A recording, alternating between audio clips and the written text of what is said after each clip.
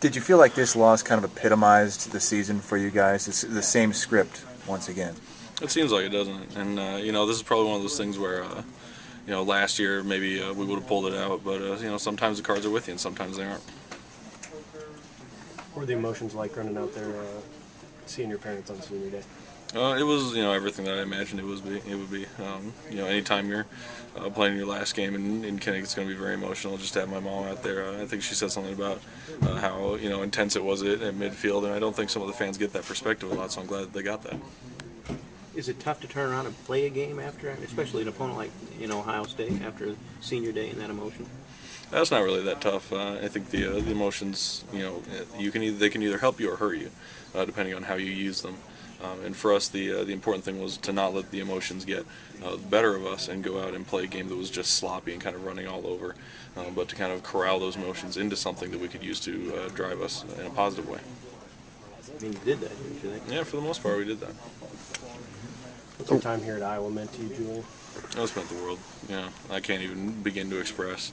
I may write a novel on it someday. We'll see. At what point did you guys learn that Marcus was going to be getting the start running back, and how would you describe the performance that you got out of him, especially considering that right after Sean had gotten the interception, he was able to go down and get you guys the lead there?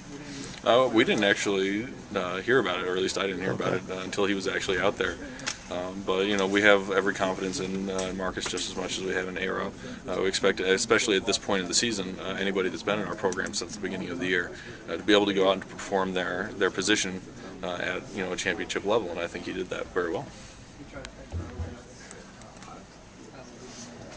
You talk about some of the performance of the other younger guys. Marvin and the Grader and Hyde both had picks. You talk about the performance of them on senior day.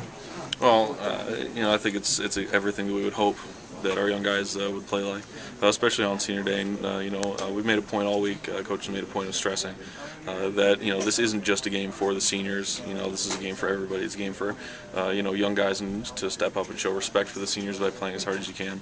As well as for the seniors to go out and have our best performance and lead.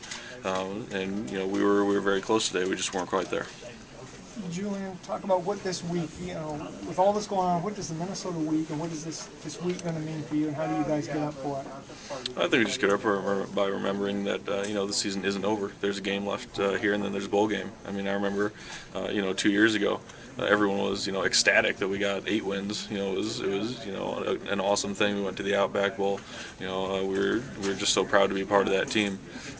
And after last year, I'm sure that there are some people who see this as a great disappointment. But as far as I'm concerned, this season's still been a success. Mike had said that he doesn't view you guys as a 4-loss team, just from everything that you guys do throughout the week. Yet you have that 4. You have the 4 in the loss column. How would you describe or I guess what would your explanation be as to why that is the case? I mean, well, we are a 4-loss team. Anytime you got 4 losses in the loss column, you're gonna, you are a 4-loss team. But if it's a matter of 4 losses and we're getting blown out every time we lose a game, or 4 losses where we're losing by an average of something like 3 or 4 points, we're in every game and we're giving ourselves a chance to win. I think that's a positive thing. And just like 2 years ago, we were in every game that we lost. It was just a matter of getting over the hump, which we were able to do last year. So hopefully the legacy that these seniors leave behind will be one where of building, and where next year we're able to turn that corner and win these close games. What is the difference between what happened last year and what's happened the years in, sandwich? I mean, is it opportunity, taking advantage of opportunity, luck, or what, or a combination of? Well, I certainly can't put my finger on one thing specifically. Execution would probably be the most important thing. It does take a measure of luck. Sometimes you get the calls, sometimes you don't. Sometimes the wind's going your way, sometimes it's not. But if we execute from the first snap to the last snap, then we'll be, we won't be in a position where, at the end of the game we have to make something magical happen.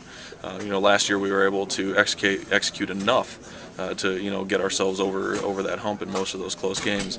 This year we just haven't executed quite well enough. Would you say any of it's mental after what's happened so far this season, with the losses being so similar and how they unfold? I don't think so. I've sensed the exact same mindset in the huddle. This year as we had last year, where everyone was, we're excited when we get out there in a 2-minute situation. Everyone believes that we can go out and win, go out there and drive the field and win. Everyone is confident in our ability to score in those situations. We just haven't been executing to the level that it requires for us to pull that off.